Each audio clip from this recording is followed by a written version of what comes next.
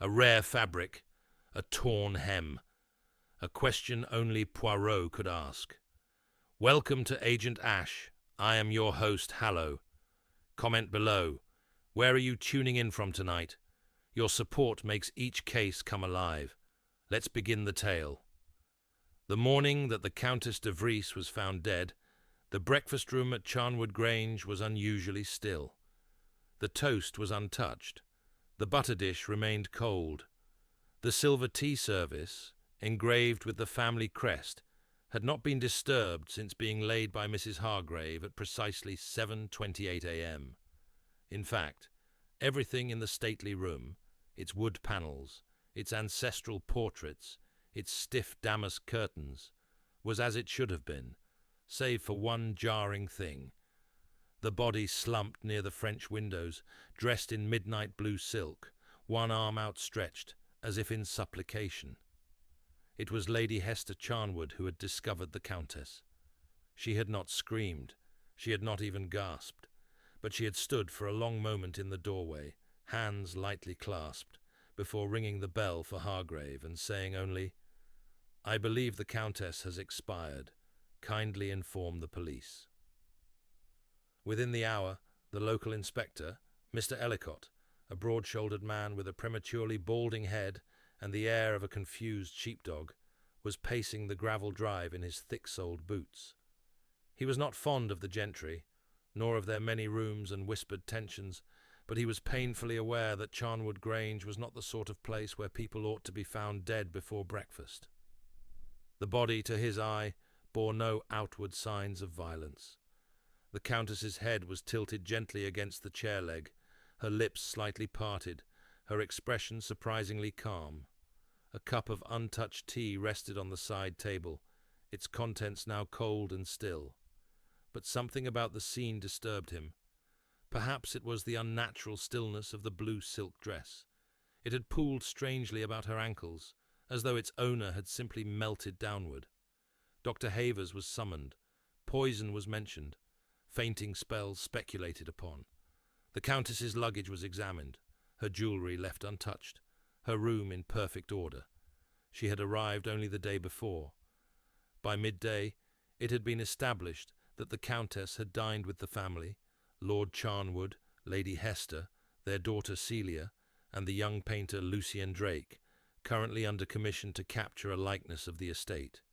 Conversation had been formal. The meal had been a cold game pie and syllabub. The Countess had retired early, citing the fatigue of travel from Vienna. No one had seen her after 9:30, no signs of a break-in, no motive, no struggle, no marks. It was, in short, the sort of death that one wished to believe was natural. But then came the issue of the fabric. It was Hargrave who first mentioned it. Quietly, almost apologetically. "Begging your pardon, sir," she had said to Inspector Ellicott, as he stood awkwardly before a room of silent, polished furniture and unspeaking relatives. "But the Countess's dress this morning was not the same one she wore last night. I would have bet my pension on it. Last evening she wore grey satin with Austrian lace. I recall fastening the clasp myself. And this?" Ellicott gestured at the blue silk. "I've never seen it before, and it has no label, no seamstress mark, no initials. And, sir, the hem appears to have been hand-stitched, recently." There was a silence at this pronouncement, a heavy one, the kind that fills space not with confusion, but recognition unspoken. Lady Hester rose, folded her gloves precisely, and said, "I believe it is time to notify Mr. Hercule Poirot. This is a matter for delicacy and precision." Poirot arrived the following morning, bundled against the wind in a dove-grey overcoat, a bowler hat perfectly level, and an expression of studied neutrality. Hastings, who accompanied him, made no such effort to conceal his curiosity. "The Countess de Vries?" he asked quietly, as they passed through the high iron gates. "A woman of taste," Poirot replied, "and discretion. She is not what she seemed, Hastings." "Oh?"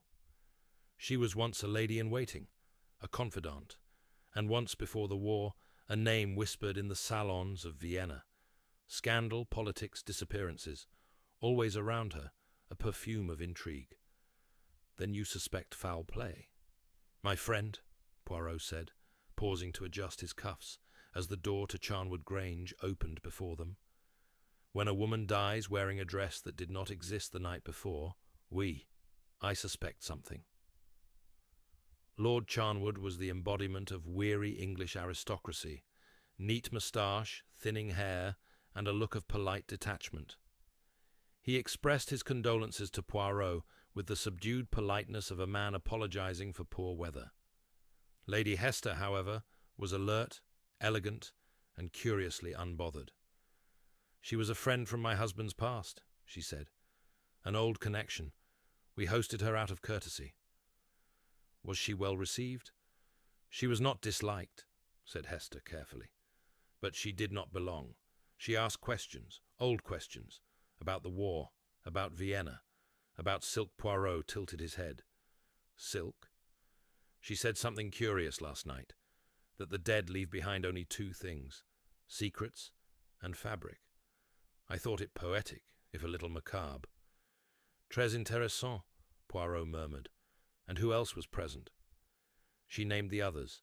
Celia, their daughter, whose sudden engagement to the young painter Lucien Drake had startled the local gossip circles.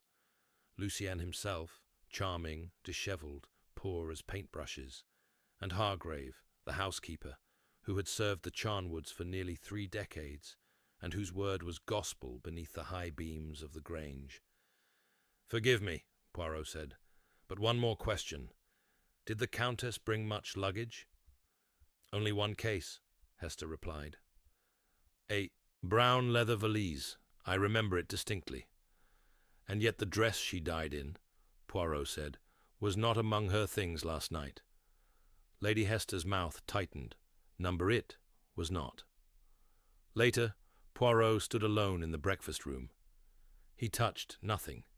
He merely observed the gleam of the floor, the angle of the chair leg, the faint indentation in the carpet, a single thread of silk snagged on the window-sill. He bent, gently plucked it, and held it up to the light. "Blue," he said softly, "but not from the dress. This thread, this is older." He pocketed it without another word. Outside, the gardener was trimming the rose hedges. Inside, the silence was beginning to pull at the seams.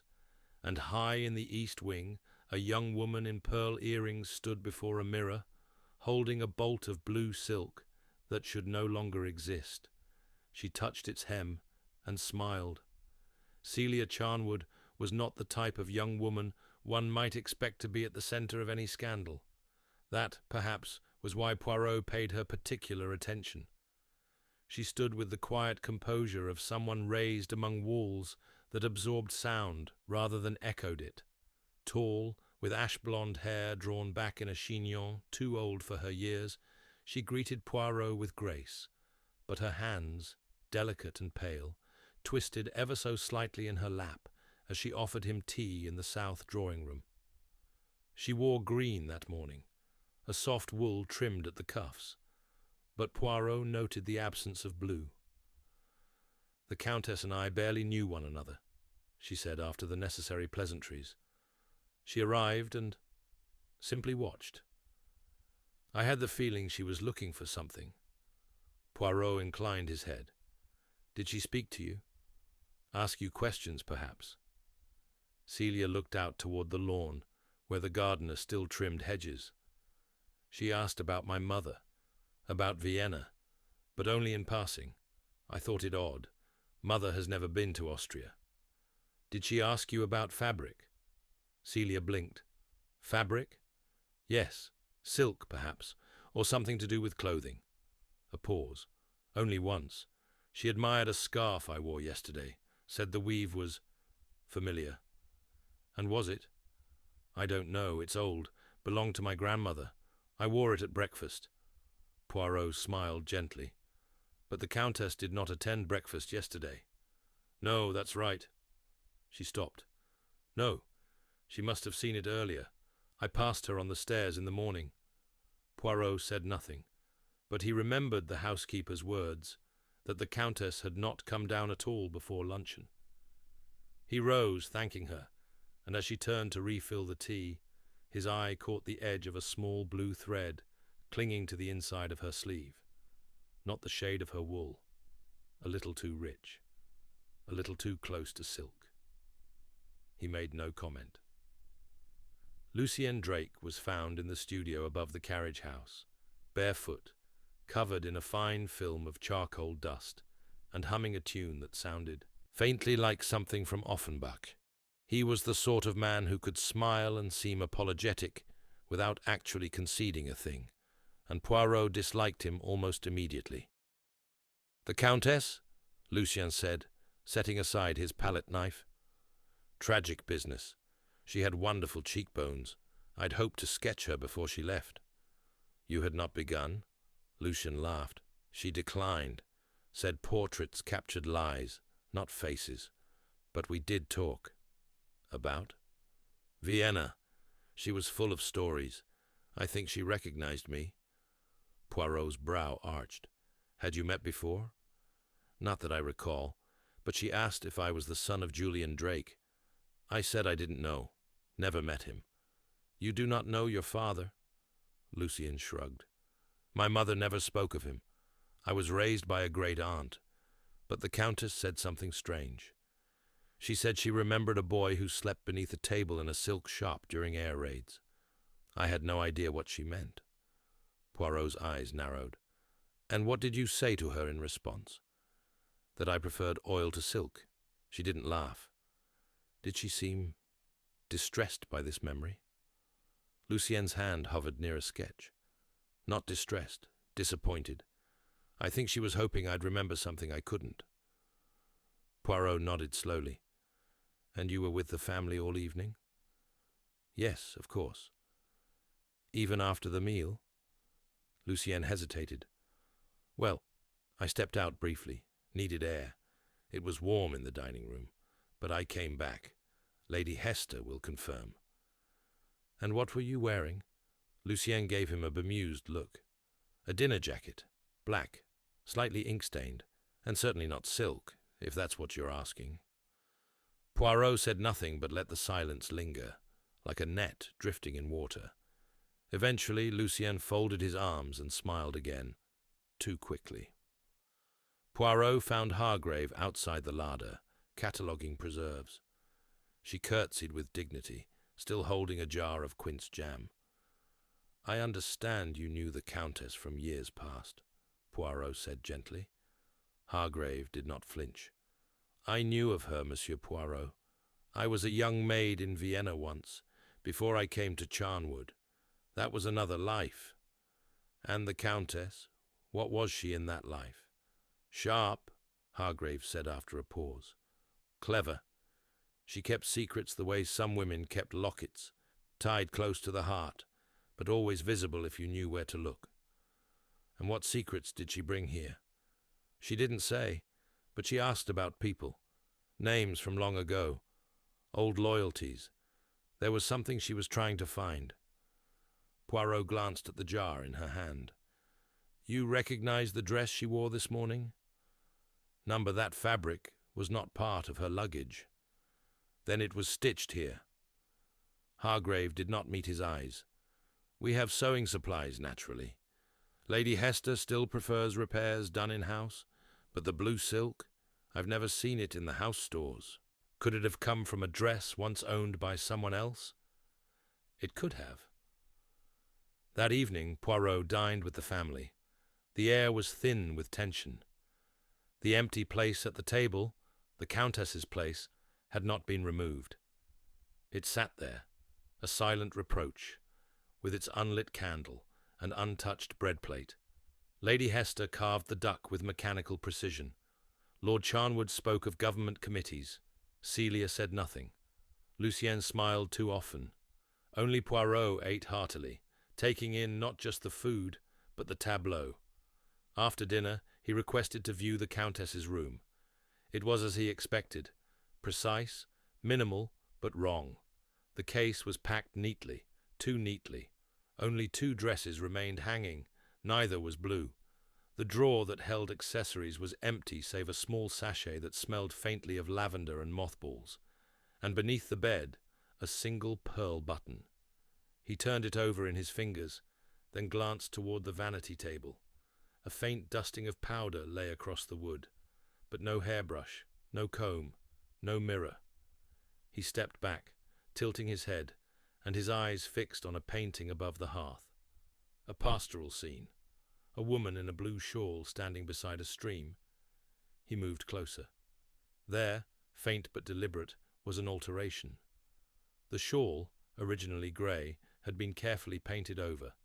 The colour beneath was still visible along the edges. Someone, he thought, was rewriting the past with their palette, literally and figuratively. That night, Poirot sat in the drawing-room, alone. The fire burned low. He placed the pearl button on the arm of the chair. Then, very deliberately, he opened the folded thread of blue silk he had pocketed earlier. It was finer than the dress fabric, not torn from a hem, but perhaps from a lining. A secret pocket. He reached into his coat and produced something else. A telegram, received that afternoon, but kept folded until now. It was from Vienna. De Vries was not travelling under real name. True identity, Baroness Elsa von Brunn, last seen 1928. Blue silk associated with Royal Austrian émigrés, code fabric, used to identify escaped couriers. Discontinued. 1933. He read it twice, then folded it again and placed it inside his inner pocket.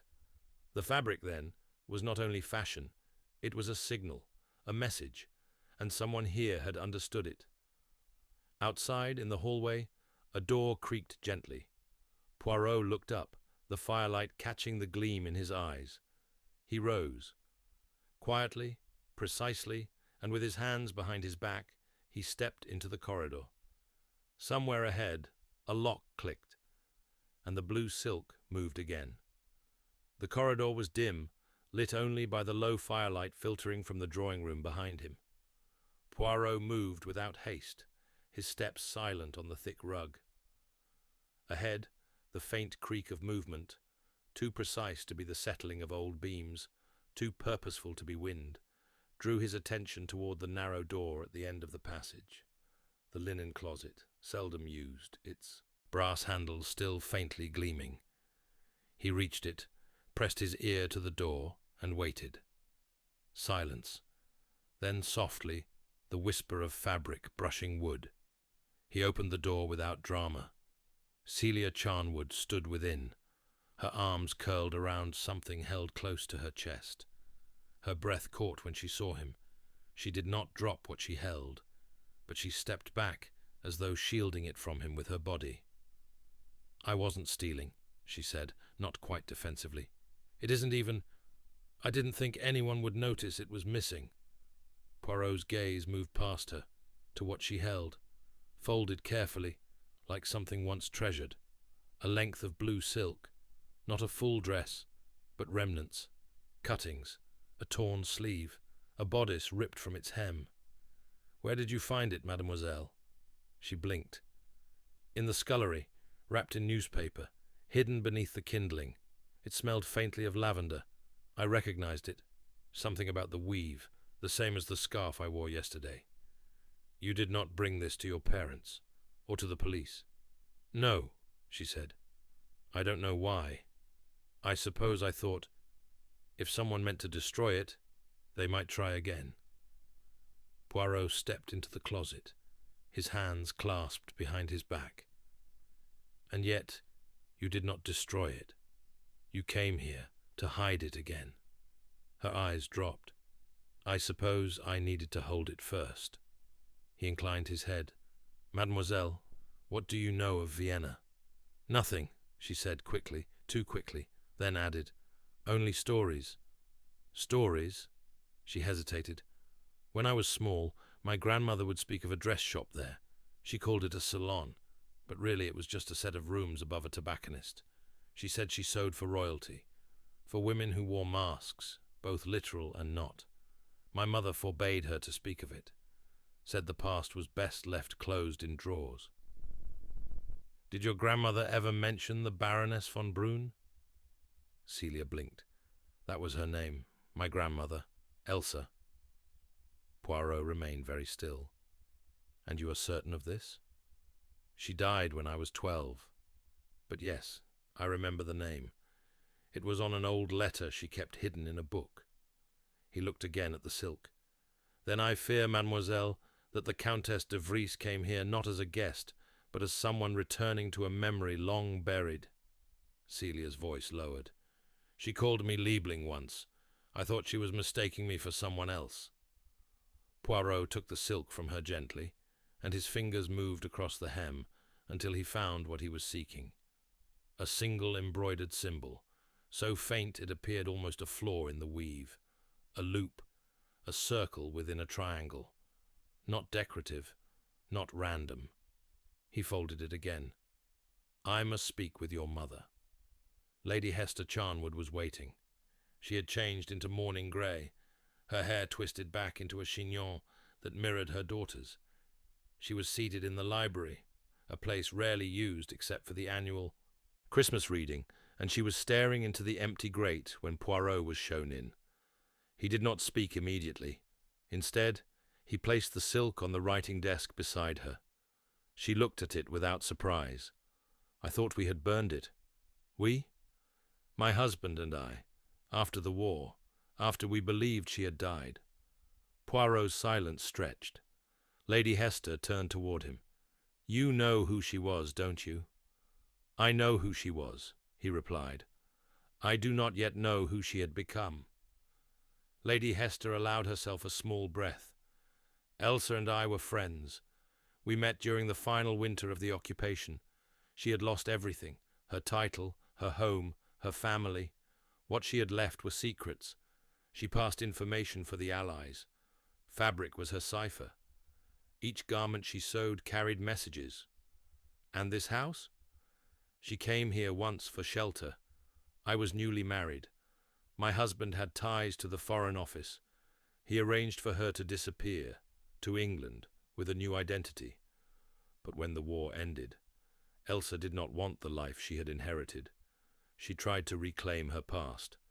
She wanted it all back. Her name, her house in Vienna, even her child. Poirot's expression did not change. Her child. Lady Hester looked up at him fully now, her eyes rimmed with fatigue. She left her daughter behind during the war, gave her to friends. When she returned for her, they were gone, the records lost, the child untraceable. Elsa never stopped searching, but the trail led to too many doors. And one of them, Poirot said quietly, was here. Yes. Poirot's voice softened. Celia is not your daughter. Number she is hers. And your husband? New. We adopted her officially, quietly. It was arranged through the embassy. Poirot walked to the window. The garden was flooded with afternoon light. A breeze disturbed the hedges. She did not come here to accuse you, he said. She came to see the life her daughter had been given. Lady Hester's voice was dry. Then why did she wear that fabric again? Why the blue silk? Why remind us? Because, Poirot said, she wanted to see if anyone still remembered what it meant. Later that evening, Poirot returned to the artist's studio. Lucien Drake was not painting.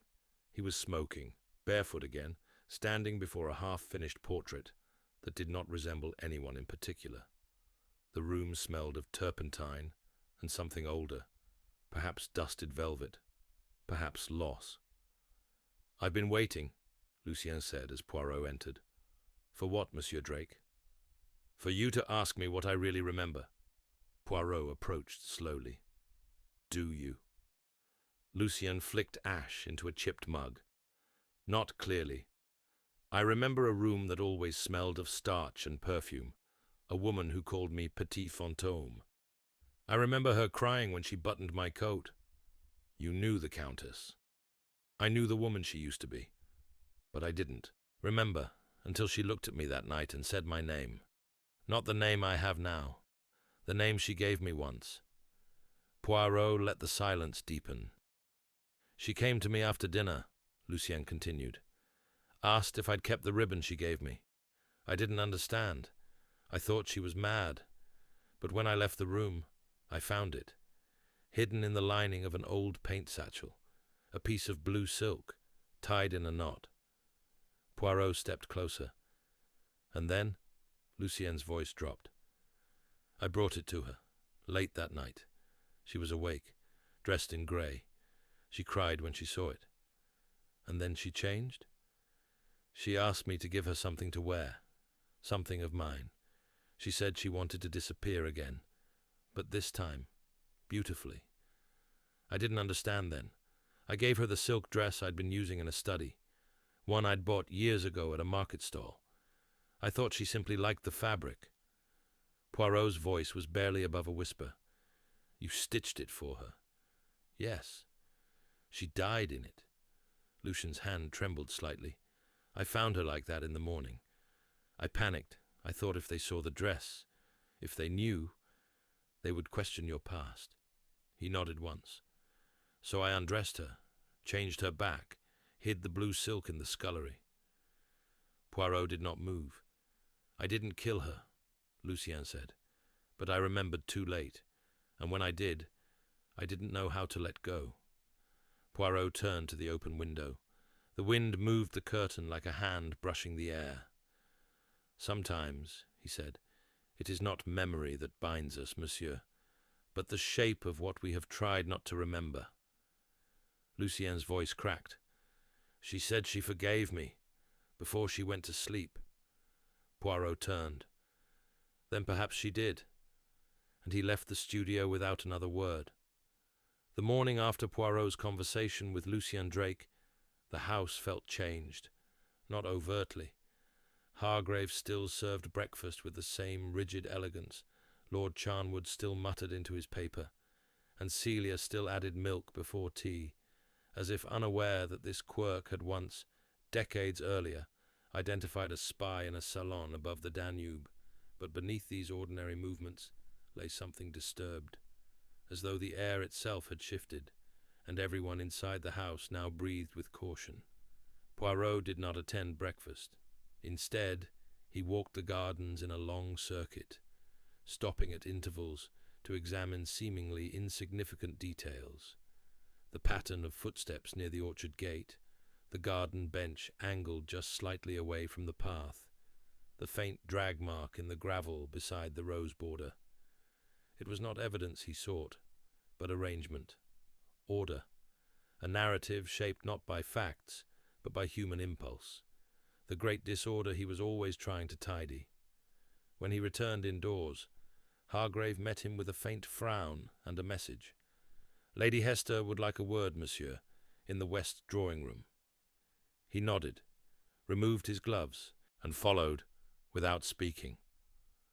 She was already standing when he entered, her hands clasped tightly, the morning sun falling in hard lines through the tall windows. There is something I didn't tell you yesterday, she said, before he could even close the door behind him. Poirot offered only the smallest nod. I am listening. She turned toward the fireplace, though it was unlit. I received a letter from Elsa, the day before she arrived. It was brief, but it said only, I have found her, she is safe, but someone else knows. The blue silk still speaks. And you said nothing? I didn't believe it meant anything. I thought it was another of her poetic illusions. She always had a flair for the theatrical. Poirot walked slowly to the writing desk. Did you keep the letter? Number 1 burned it. That night. Before or after dinner? She hesitated. After, when everyone had gone up. Poirot turned. You feared what it meant.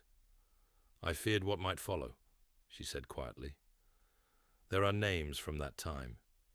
Connections. The war buried many things, Monsieur Poirot. Not all of them stayed dead. He gave a small nod, then glanced at the sideboard, where a single blue vase sat alone, emptied of its usual daffodils. "You believe someone in this house understood her message?" Lady Hester looked at him. "I think someone misunderstood it, or remembered something they would rather forget." Poirot's eyes met hers. "Then it is time to find out who." He left her there, standing by the cold hearth, the weight of old allegiances in her posture. By mid-morning the inspector had returned. Inspector Ellicott, ever solid in his consternation, now looked more unsettled than usual. Poirot greeted him at the base of the stairs. "There's news," Ellicott said. "Toxicology report from London. Trace elements of digitalis in the Countess's blood. Enough to slow the heart, not enough to kill her." Poirot's brows lifted slightly. "But perhaps enough to make her sleep so deeply she did not wake when the body was moved." Ellicott frowned. "You think she was moved?" "I do not think," Poirot said mildly. "I know. Her death did not take place in the breakfast room." "Where, then?" "That," said Poirot, "is what we shall now establish." With Ellicott in tow, Poirot ascended the stairs to the east wing, where the guest rooms lay. He entered the Countess's room again, surveyed it anew, and this time crossed to the bed. "She was found on the floor in the other room," Poirot said. "But here, look, this pillow, pressed at the center, flat along the sides, as if someone lay here for hours, and this," he gestured to the carpet beside the bed, "there is the faintest indentation. A kneeling figure, I believe. Someone stayed beside her after she lost consciousness." Ellicott scratched his head. "A nurse? Or someone seeking comfort, or perhaps remorse?" Poirot moved to the wardrobe, then to the vanity. His gaze caught again on the absence of a hairbrush, a comb. He opened the drawer slowly, and found what he had expected, a small vial, nearly empty, marked only with the embossed label of a London chemist. Ellicott read it aloud. "Tincture of digitalis," prescribed. Poirot nodded. "She was not murdered, not in the ordinary sense. She took the dose herself, perhaps more than she intended, perhaps precisely what she intended. But someone moved her body." "Yes." Poirot turned from the drawer and faced the room fully. The blue silk. She wore it by choice, as a message.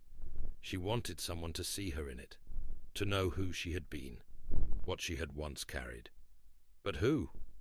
That, my friend, is why we must speak to Lord Charnwood.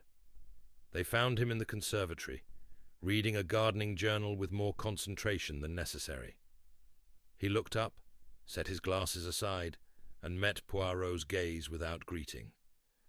"She came to see me that night," he said before being prompted. "Elsa." Poirot did not feign surprise. "She told me what she knew," Lord Charnwood continued, "that she had found Celia, that she did not want to take her away, only to be near, to see what kind of life she had been given. She said she had watched from afar for years, but someone had written to her, an anonymous letter, warning her that Celia was in danger." "Danger?" Poirot repeated. "She wouldn't say more, only that she believed the past was catching up. She said the blue silk was meant to protect Celia, to signal that the line still held. Then she died that night. I thought she was sleeping.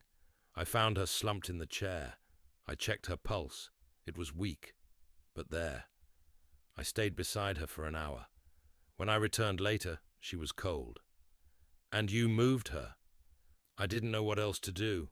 I thought the dress would raise questions. Old questions. Political questions. So I changed her clothes. I laid her in the breakfast room and called Hargrave. I thought it would end quietly." Poirot watched him closely. "But there is still the letter, the one Elsa received, the anonymous threat. You never sent it?" "No." "Then who did?" It was Hastings who brought the answer. He arrived at Poirot's side late that evening, holding a small envelope he'd retrieved from the local postmaster. It had been redirected from London, held in the office due to incomplete return details. Poirot opened it without ceremony. Inside, a single card, handwritten. She is not safe. The blue silk was seen. Someone remembers. No signature. But the paper was of a particular make, thick, cream-coloured, with faint impressions along the border. Poirot turned it over and held it to the light. Embossed in one corner, barely visible, a monogram, C.H. He closed the card, tucked it into his pocket, and stared out the window. Lady Hester had told the truth. Lord Charnwood had acted out of fear. Lucienne had remembered too late. But someone with sharp penmanship and access to monogrammed stationery, had tried to frighten a ghost. C.H., not Celia, not Hester. But Poirot's eyes narrowed. In the far parlour, Hargrave was setting out silver for tea. Her fingers, gloved as always, moved deftly, silently. But Poirot watched her movements with the weight of understanding now. He turned and crossed the corridor toward her, every step precise, because the letter had not been meant to protect Celia. It had been meant to warn Elsa, and the past had not stayed buried. It had simply waited for the blue silk to speak again. Poirot entered the far parlour with quiet deliberation. Hargrave, bent over the silver tray, did not look up, but he saw the subtle shift in her shoulders. Her hands paused only a fraction too long before resuming their practiced rhythm, the kind honed by decades of quiet service, of hearing everything and speaking nothing. He did not speak at once. He waited as she aligned the sugar tongs, as she smoothed the linen doily beneath the plate of scones. Only when she reached for the teapot did he say softly, "You wrote the letter." She did not start, but her eyes lifted to meet his, and something behind them, long kept and carefully bound, loosened. She straightened slowly. "You shouldn't say things you don't mean, Monsieur Poirot." "But I do mean them," he replied gently. "The handwriting matches a note I glimpsed once in the steward's ledger. Your initials, Clara Hargrave, and the stationery, from the locked desk in the East Library, the one only you keep the key for." She pressed her lips together.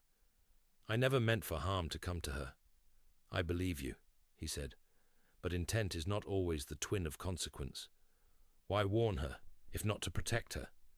Hargrave looked down at the polished tray, then turned and sank into the chair beside the window, her gloves folded in her lap. "She had no right to come back," she said. "Not after all this time. Not to that girl. You cared for Celia? I raised her, from the moment she was carried into this house. She was mine to protect. I gave her bottles. I walked the floors with her through nights of fever. When her teeth came in crooked, I stitched cloth soaked in brandy. I read to her every night until she could read to me. I was there when she took her first step. Lady Hester was in London. And you feared what Elsa's return would mean." Hargrave's hands tightened. Elsa was never cruel, but she was dangerous. She played with secrets like they were scraps of ribbon. And when the war ended, she disappeared as easily as she had arrived, leaving only ghosts. And now, decades later, she returns with symbols sewn into her dress, with riddles and clues and talk of silk that still speaks. What was I to think? You thought she had come to claim her child. I thought she would undo everything we had built. Hargrave's voice dropped to a hush. She looked at Celia the way a woman looks at a mirror, but the glass no longer matched the memory, and I had to do something. Poirot sat opposite her. "So, you wrote the letter, anonymously. You meant to frighten her away. I knew her pride. I thought if she feared she'd been discovered, she'd vanish again. I didn't mean for her to die. But when she did," Poirot said, "you helped conceal it. You knew the silk was missing. You saw Lucien hide it." Hargrave's eyes flicked toward the hearth. "He came into the scullery in the dark. I was in the pantry. I saw him through the door, wrapping something in paper, burying it beneath the kindling. I waited until he left, and then I moved it. Why not destroy it? I couldn't. Her voice faltered. It was beautiful, terrible, but beautiful. I thought, perhaps someday Celia should see it, understand it, but not now, not like this. Poirot nodded slowly. Then it is time she understands more. He left Hargrave seated in silence, the silver tray untouched. In the corridor, Hastings waited, eyes wide, hands deep in his coat pockets. "My dear fellow," he murmured, "was she the villain all along?" Poirot shook his head. "No, Hastings, only the guardian of a fragile story. But it is time now for the truth to have its moment, even if it breaks the silence." That evening Poirot gathered them in the drawing-room. The fire had been lit, though the air was already heavy with summer. The curtains were drawn. The silence was brittle. Lady Hester sat nearest the hearth, her hands folded in her lap. Lord Charnwood stood by the bookcase, posture stiff. Lucien hovered near the piano, not playing. Celia sat on the edge of the settee, her expression unreadable. Hargrave remained in the corner, half-shadowed, her face turned away. Poirot, immaculate as ever, stood before the mantelpiece. "Mesdames et messieurs," he began, "we are gathered not for accusation, but for revelation. The truth, as I have found it, lies not in fingerprints or fibers, but in psychology, in what people remember and what they cannot forget." He looked to Celia. "You were told a story, that you were born to Lady Hester, that you were raised in this house by right. But the truth, mademoiselle, is that you were born elsewhere, in Vienna, to a woman called Elsa von Brunn." A breath caught in Celia's throat, but she did not interrupt. She was a courier, a smuggler of truths in silken hems. When the war ended, she was forced to flee, leaving behind the child she could no longer keep safe. That child was you.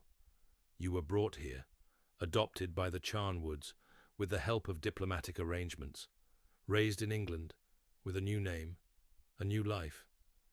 Celia spoke then, her voice quiet. "I always knew, somewhere." Poirot nodded. "Because memory is not only what is told to us, it is what we carry, the feel of fabric, a scent, a lullaby. The Countess came not to steal you away, but to witness what had become of her child, to see if she had been loved. And she found out," Celia whispered. "She did," Poirot said, "but she also feared. Someone had sent her a letter, an anonymous warning, not of violence, but of danger, of old truths awakening. That person was Madame Hargrave." All eyes turned. Hargrave bowed her head. "She did not wish to harm," Poirot continued, "only to protect. But secrecy breeds misunderstanding. And when the Countess took a tincture, intended perhaps to numb the pain of memory, it slowed her heart. She fell asleep. Lucien found her like that, and thinking she had died, panicked. He changed her clothes, removing the blue silk, a symbol he did not yet understand. He hid it. Hargrave found it, and concealed it again." Lucien spoke hoarsely. "She forgave me, before she slept." "I believe she did," Poirot said. "She chose to wear the silk again, as a message, a signal from the past. She did not expect to die that night, but she wished to leave a trace, and in doing so, she bound all of you together once more in the thread of that fabric." He looked around the room, then stepped aside. From the hallway, a constable entered, bearing a small package wrapped in pale cloth. Poirot opened it carefully, and from within unfolded the silk dress, creased now, faintly scented, but intact. He laid it gently across the arm of the chair. Celia rose slowly and crossed to it. Her fingers traced the stitching, the tiny embroidered mark near the seam. "She made this," she said. "Yes," Poirot said. "For you, once, long ago." The silence held, not cold now, but heavy with things understood too late. Lady Hester spoke last. "She asked me not to tell her, to let her grow into herself, not a legacy. But perhaps we waited too long." Poirot inclined his head. "It is not too late, madame. The silk has spoken, and you have listened." He turned to leave, his coat already buttoned, his gloves neatly folded. Outside, the air was cooling. A breeze passed through the open door, lifting the edges of the silk ever so slightly, as though stirred by a hand no longer present, but still remembered. Poirot stepped into the night, and behind him, the house began to breathe again. Poirot did not return to the village inn that evening. Instead, he remained seated in the library long after the household had retired, with only the low tick of the mantel clock and the whisper of leaves outside to accompany him. The fire had gone out. His cup of tisane cooled beside him, untouched. His gaze remained on the folded silk that now lay in a small glass case atop the desk.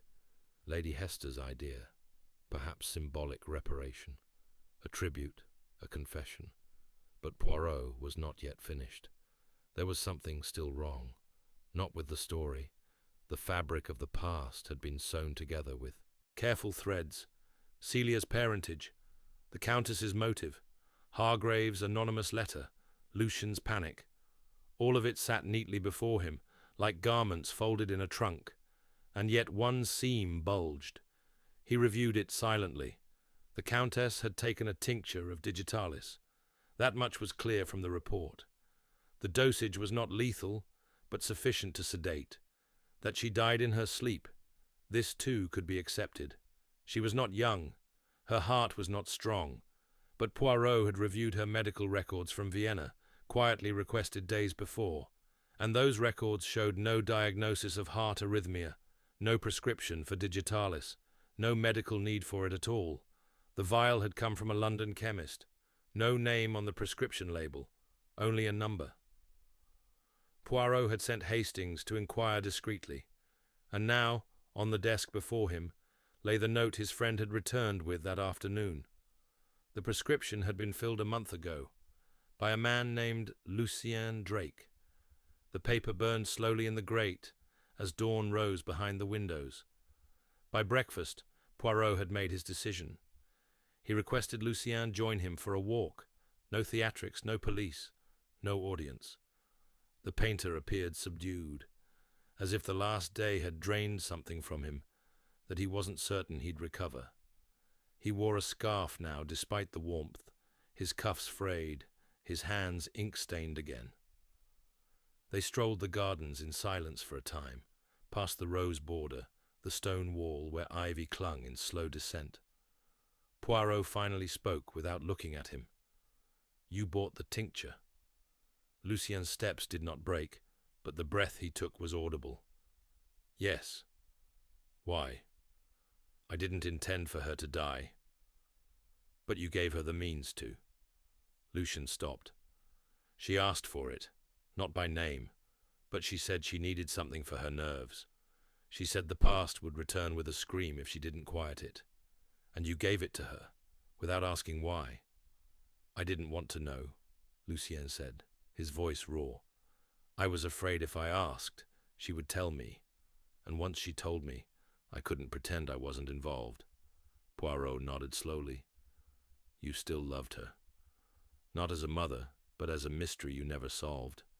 When she looked at you, you saw the boy you might have been, and you were afraid she saw the same." Lucien rubbed his face with the back of his hand. "I didn't mean for any of it. I didn't know how to hold it all. What she wanted, what I remembered, what it meant to anyone else." "She did not blame you." "I know." Poirot turned to him. "But you still have not told me why she changed into the blue silk." Lucien's voice dropped. "Because I asked her to." Poirot's eyes narrowed. "I said it would be beautiful. That if she wanted to disappear, to feel like herself again, it should be in something of her making. I thought it would comfort her." She laughed, said I didn't understand, that it was not about comfort, it was about code, but she put it on anyway. Poirot paused. "You watched her sleep?" Lucien nodded once. "And when I came back later, she wasn't breathing." Poirot let the moment hang. "And then you became an artist again. You changed the scene. You edited the light. You removed the detail that would ruin the composition." "I thought it was mercy," Lucien whispered. Poirot said nothing more. They walked back to the house in silence. But Poirot did not return inside. Instead, he stepped to the far side of the garden, where the hedge grew thickest, and paused before a rusted iron gate, barely visible beneath the green. It led to the potting shed, once used by the gardener, now fallen into disuse. He entered. The scent of soil and wood rot lingered in the dimness, but on the old work table lay something incongruous. A sketchbook. He opened it. The first pages were tentative, portraits of Celia, half-finished, not quite accurate. Then Elsa, drawn from memory, softer, her eyes less guarded. Then a page unlike the others, a woman in a dress of blue silk, seated before a mirror, looking not at her reflection, but beyond it, into the artist's eyes. The last page showed the same figure, eyes closed now, head tilted slightly back, as if sleeping. Poirot closed the book and stood very still. Later that day, he called Inspector Ellicott back to the house. There would be no arrest, no charge, but the official report would now include the name of the man who procured the tincture, who concealed the truth, not out of malice, but out of longing. Poirot left the sketchbook with Lady Hester. She did not ask where it had come from. As the sun began to dip, he found Celia alone on the terrace. The silk dress still lay folded in the glass case. She watched it now the way one watches the sea, something too large to hold, too familiar to look away from.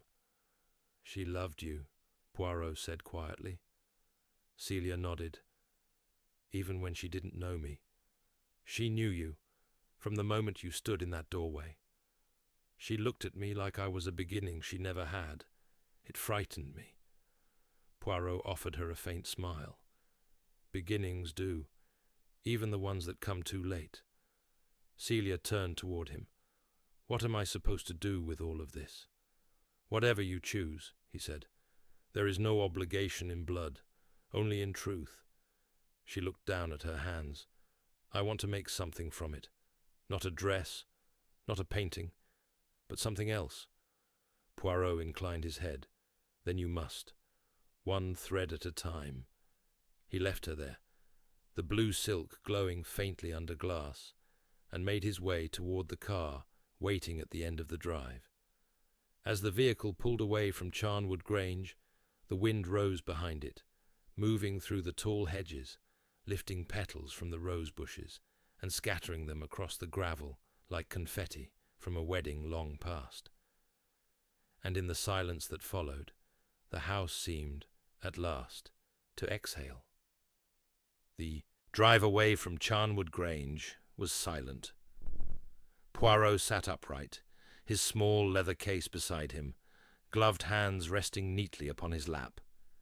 Hastings, behind the wheel of the borrowed motor car, kept his eyes on the narrowing road, but glanced occasionally at his companion, waiting for that small intake of breath, that subtle shift in posture, which always came just before a pronouncement. None came. It wasn't until they passed the old milestone marker and turned toward the village road that Poirot finally spoke. "There is one thing still unsolved, Hastings." His tone was not dramatic. It was quiet, measured, but it was enough. Hastings blinked. "Still." "I thought it all rather neatly tied together. Hargrave's letter, Lucien's panic, the digitalis. Surely that closes the affair." "Ah, non," Poirot murmured. "You mistake a finished story for a solved one. There is something that continues to resist my order, something that does not fit." Hastings frowned, slowing as a tractor crossed the narrow lane. "What, exactly?" Poirot folded his hands more tightly. "The sketchbook. You said it was Lucien's." It was.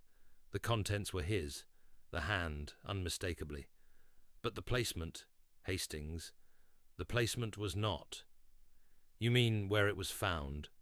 Poirot nodded. "The potting shed. Why would he hide his drawings there? Why leave a record of what he concealed? his presence, his guilt, where any member of the staff might find it? Well, perhaps he meant it to be found eventually. Perhaps, Poirot said. But it was too carefully placed, too deliberate.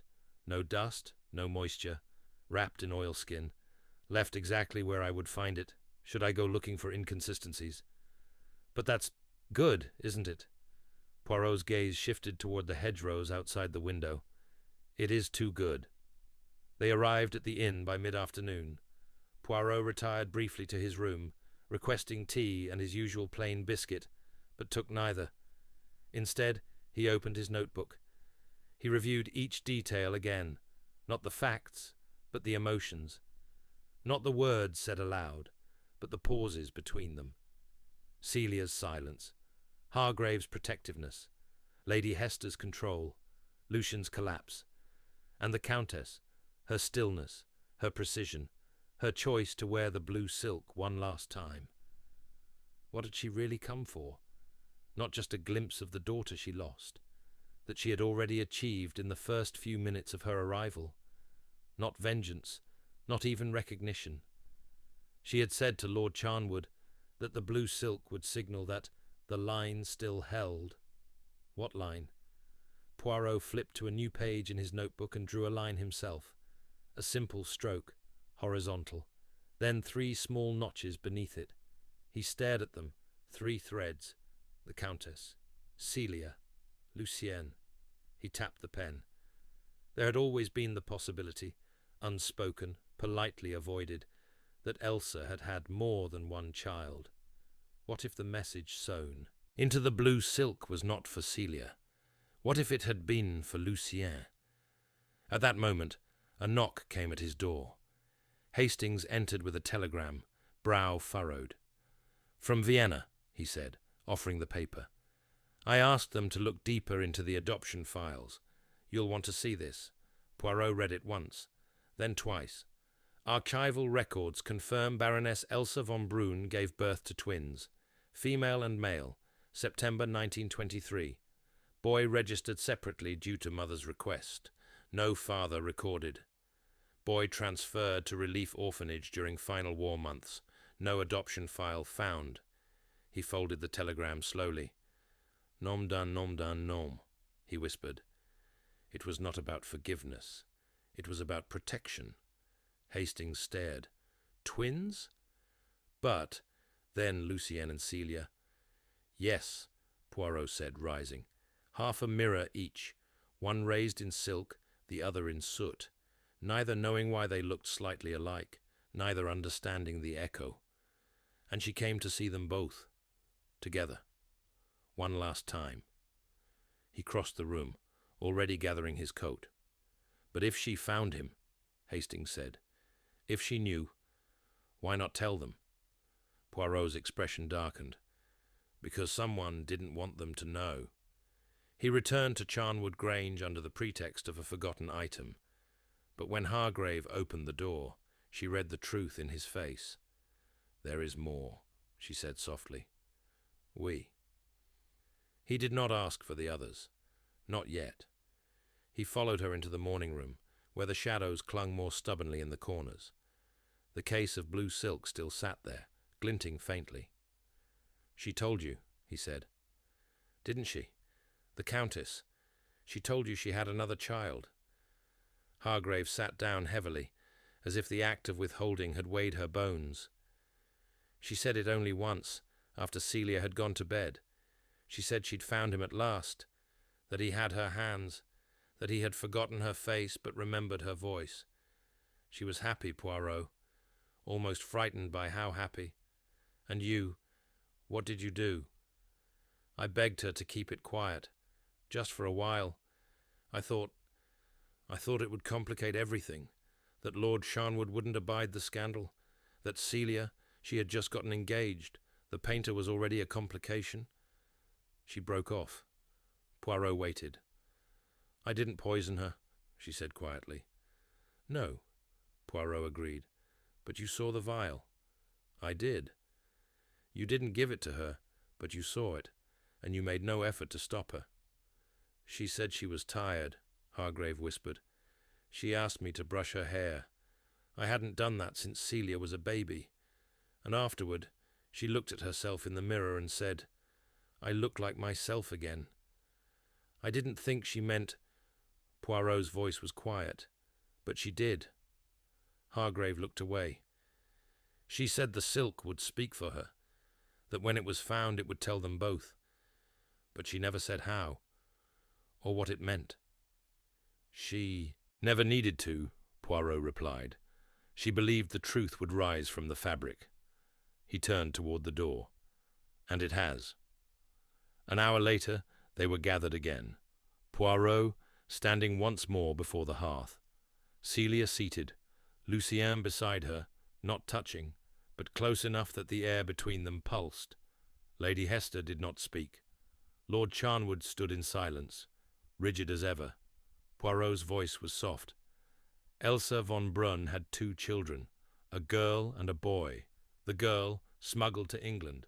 The boy lost in the last confusion of war. But the Countess never stopped searching. And when she found him, here, painting the walls of the house where his sister lived, she chose silence. Lucien stared at him, pale. She knew. She did. He let the weight of that settle before continuing. She meant the blue silk to speak. But it was not merely for memory. It was for recognition. It carried not just the symbol of her resistance, but a hidden fold, a thread looped twice, a marker only she knew. It was how she'd identified allies, couriers, family. Celia rose slowly. Then Lucien is... Yes, Poirot said. Your twin. No one moved. Poirot stepped aside. I believe, he said quietly, you will want time to speak. As he turned to leave, the clock on the mantel chimed once, not loudly, but enough to mark the moment the silence broke. The silence did not break all at once. It frayed at the edges, like old silk tugged gently apart. Celia did not speak. She stood, one hand resting lightly on the back of the chair she had just left, her gaze locked on Lucien with something unreadable behind it. Shock, yes, but not disbelief. Not entirely. There was a tension in her expression that suggested she had always felt something just beyond reach, a closeness she could not name. And now that it had a name, it refused to settle easily. Lucien looked as if he might vanish, not physically but inwardly, as if some part of him had already slipped away, trying to make space for this new truth. He opened his mouth once, closed it, then turned away and walked toward the window, staring out into the rose garden with the expression of a man seeing it for the first time. No one followed, not even Poirot. Lady Hester sat down slowly, her movements brittle with control. Her eyes never left her daughter. I didn't know, she said, her voice quiet but firm. I swear to you, Celia, I didn't know she'd found him. I believe you, Celia said. That was all. Poirot, standing near the mantel, remained silent. He knew better than to press further, to stir a moment already taut with too many unspoken things. Truth, in its deepest form, needed space to breathe. He would not fill that space with deduction. Instead, he turned to Lord Charnwood. You knew of the boy, though. It was not a question. Lord Charnwood's face darkened. I suspected. Years ago. When Elsa left Vienna, she spoke of the child. But the paperwork never materialized. The records were lost, and I presumed... He faltered. I presumed he had died, or never existed at all. She was not a woman easy to read. You said nothing when Lucien arrived here. I didn't connect it, he snapped. Not consciously. He was just a painter, a distraction for Celia. But when I saw her looking at him, when Elsa arrived, I started to wonder. And yet, Poirot said, you allowed it to continue. Lord Charnwood's jaw clenched. What was I to do? Stop it? Forbid it outright without proof? That would have made it worse. And even then, I didn't think it could possibly be true. You thought it safer not to ask the question, Poirot said. Charnwood looked away. Yes. Poirot allowed the silence to linger a moment longer, then moved toward the hallway.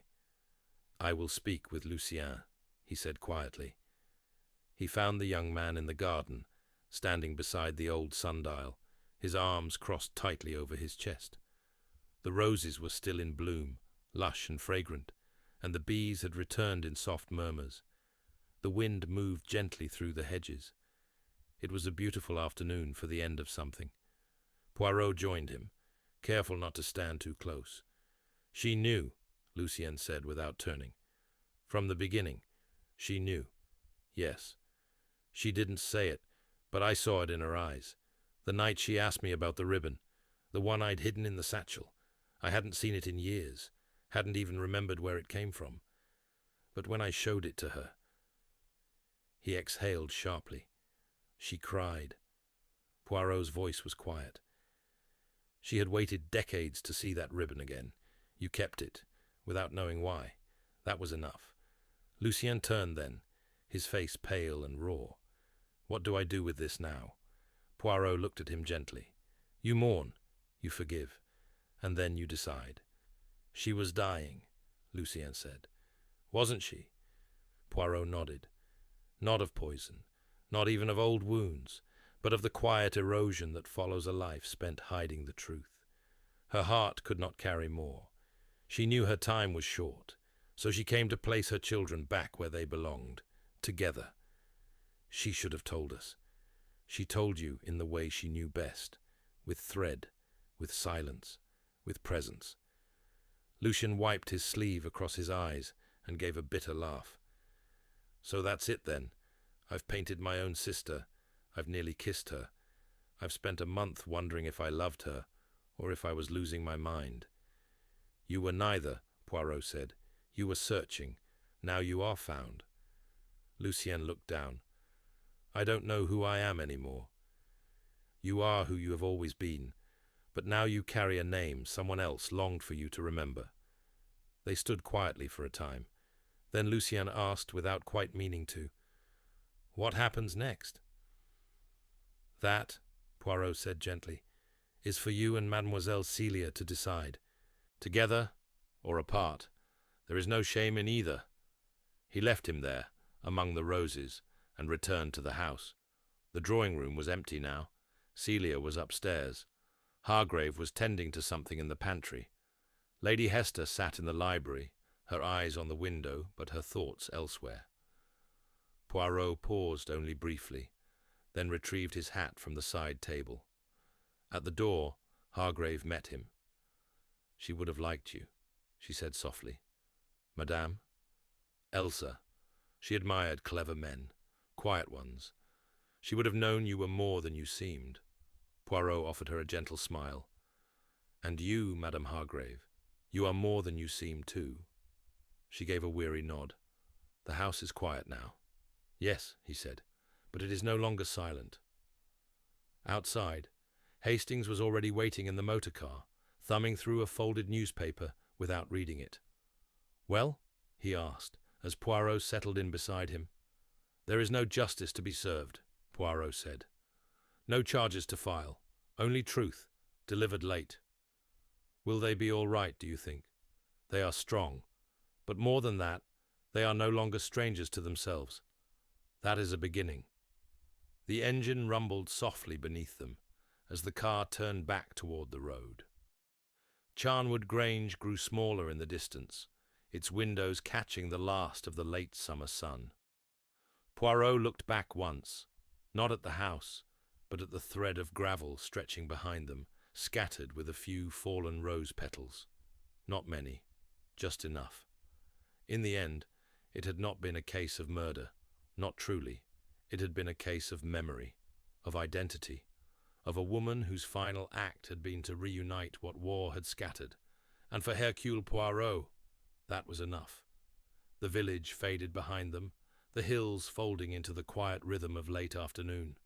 Trees passed in solemn procession, their shadows stretching across the road like reminders that even summer light grows long with memory.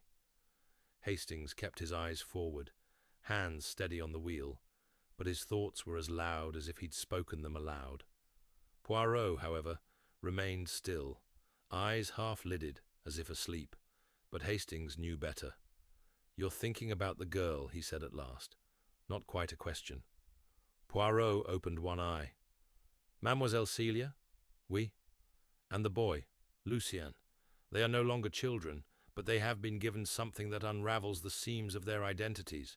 It will take them time to decide who they wish to be. They are no longer bound by the story others told them. They must choose their own. Do you think they'll stay in touch? Be family somehow?" Poirot's fingers tapped gently against the side of his coat. "That depends on what each wishes to preserve. Connection is not obligation. It is choice, and choice, Hastings, is the most fragile of all freedoms." Hastings frowned slightly. "Still, rather a shock to learn you've a twin, let alone that you were nearly, well—" Poirot raised a brow. "Well, you know, engaged," Hastings finished, faltering. "They were drawn to one another without understanding why. The heart knows what the mind forgets. In another life, they might have been lovers. In this one, they are kin. The discomfort will pass. What remains is blood. And blood," he said softly, "does not require explanation, only honesty."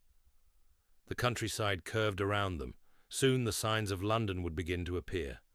Already the trees were thinner, the roads broader, the rhythm of rural quiet giving way to something more urgent. But Poirot still seemed far away. He leaned slightly forward and removed from his coat a small folded envelope. From within, he slid the photograph, a studio portrait, creased at the corners, the colors softened with age. It was of the Countess, not in the days of her return, but decades earlier. A younger face, though not without sadness. Her eyes were wide and dark. In her lap sat two infants, one wrapped in blue, the other in pale green. The blue silk ribbon tied around the girl's wrist was identical to the one Poirot had seen folded in Celia's top drawer. This copy of the photograph had arrived in the Morning Post, enclosed in a final delivery from Vienna. The Countess had left instructions with a solicitor. The package had reached the inn, while Poirot had walked the gardens. There had been no note, no last words, just the image, carefully protected in a vellum sleeve. Poirot studied it again, then folded it neatly and returned it to his pocket. "There is one more visit I must make," he said. They did not return to London. Instead, Hastings adjusted the wheel and turned east toward the coast. The village of Darningfield was small and pleasant, its roads lined with pale wisteria and children's bicycles leaning against low stone walls. At the end of the high street stood a modest cottage, whitewashed, ivy-covered, with a brass plate beside the door reading Mrs. Elspeth Marchand, Hargrave's real name. She had retired here years earlier, before being summoned back to Charnwood to assist with delicate matters. But it was clear now that she had returned not merely as a housekeeper, but as a sentinel, a guardian of secrets that refused to stay buried. Poirot approached the door alone. She answered almost immediately, as if she'd been expecting him. "I wondered when you'd come," she said. He inclined his head. "May I?" She stepped aside. The sitting room was clean, unremarkable. A pair of knitting needles rested beside a chair. A radio murmured faintly from the kitchen. A scent of tea lingered in the air. "I won't offer you anything," she said. "You're not here for that." Poirot sat. "You have always protected the girl." "I protected what was left of the Countess," she corrected. "Celia was never mine, but she carried Elsa's breath, her tilt of chin, her temper. I wasn't going to let the world steal her again." "And yet," Poirot said gently, "you feared Lucien." "I feared what he represented, a return to chaos, to a past she'd never fully escaped." "She had escaped," Poirot said, "but escape is not peace. Peace only comes when truth is spoken." Hargrave stared at her hands. "I wanted her to be ordinary, safe, but that wasn't hers to be." No, Poirot said. It was not. He reached into his coat and offered her the photograph. She took it slowly. Her fingers trembled slightly. I had forgotten, she said after a moment. That ribbon. She tied it herself, said it would keep them bound, no matter how far. Poirot rose, giving her the moment. She did not ask him to stay. As he reached the door, she called after him. She didn't mean to die that night, did she? Poirot turned back. Number. But I believe she chose to let go. She had given what she could. The message had been sent. Hargrave nodded once. Then I'll let go too. Back on the road, Hastings said nothing as they resumed their drive. Poirot did not volunteer the details. Some threads, once knotted, did not need to be retied. By the time they reached London, the sun had begun to lower again, casting long golden streaks across the pavements. A letter waited for Poirot at Whitehaven Mansions. He opened it carefully. Inside, in crisp handwriting, was a brief message. We're going to Vienna. Together. She wants to see the street. I want to see her ribbon in the light. Thank you. Lucien. Poirot folded it slowly. He looked out the window for a long moment. Hastings came in then, fresh from changing. Dinner? He asked. Poirot nodded. Yes, mon ami. Tonight, perhaps something simple. Hastings paused. No mystery? Poirot smiled faintly. There is always mystery, Hastings. But some mysteries, once solved, do not haunt. They rest. He stepped away from the window. The day was ending, and the silk, at last, had been folded with peace. The restaurant Poirot selected that evening was quiet and tucked away, one of those discreet establishments in St. James's that managed to exist without ever being fashionable.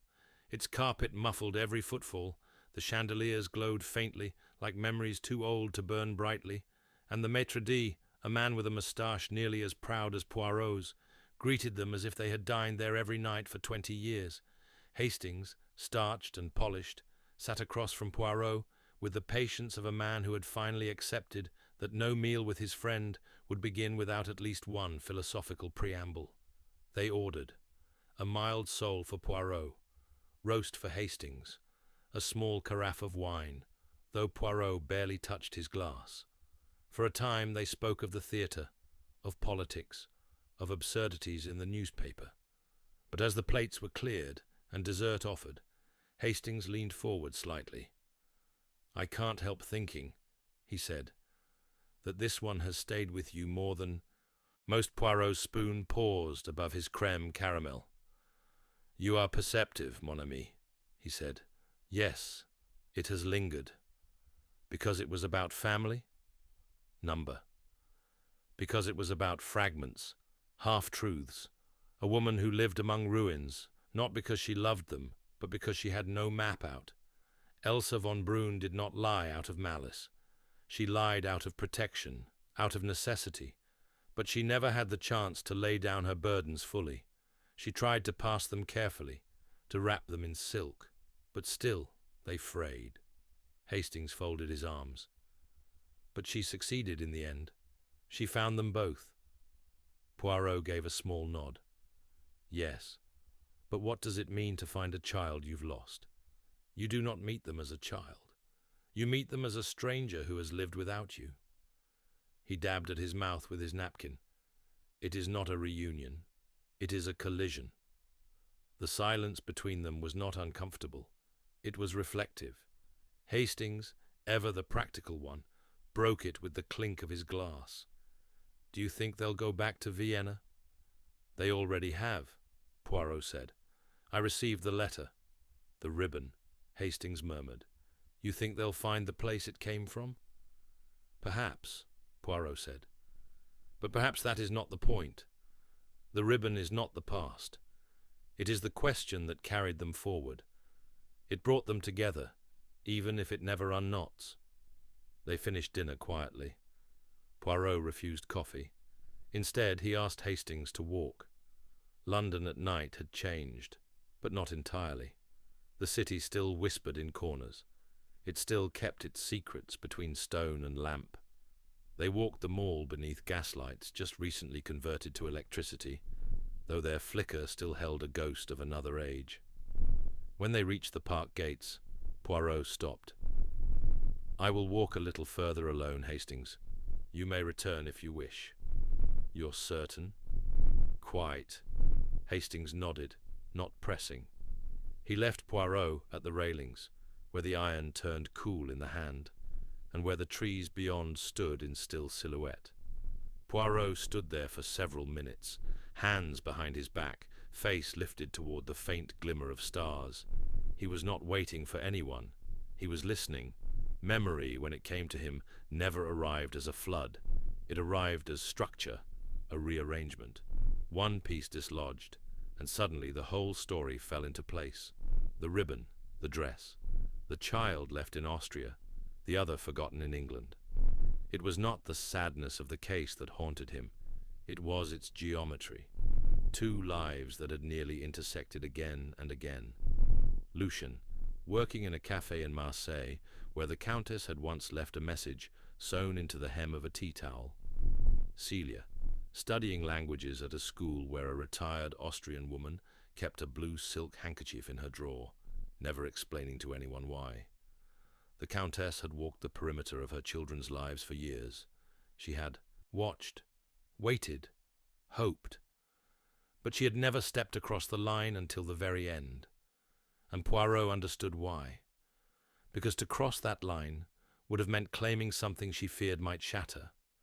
She could not risk being rejected. Not by them, not again. So she let the silk speak in her place. Poirot turned from the railing and began walking again. His steps were slow, deliberate. He thought then of something else, something he had not said to Hastings, something he had only begun to realize as the case reached its end.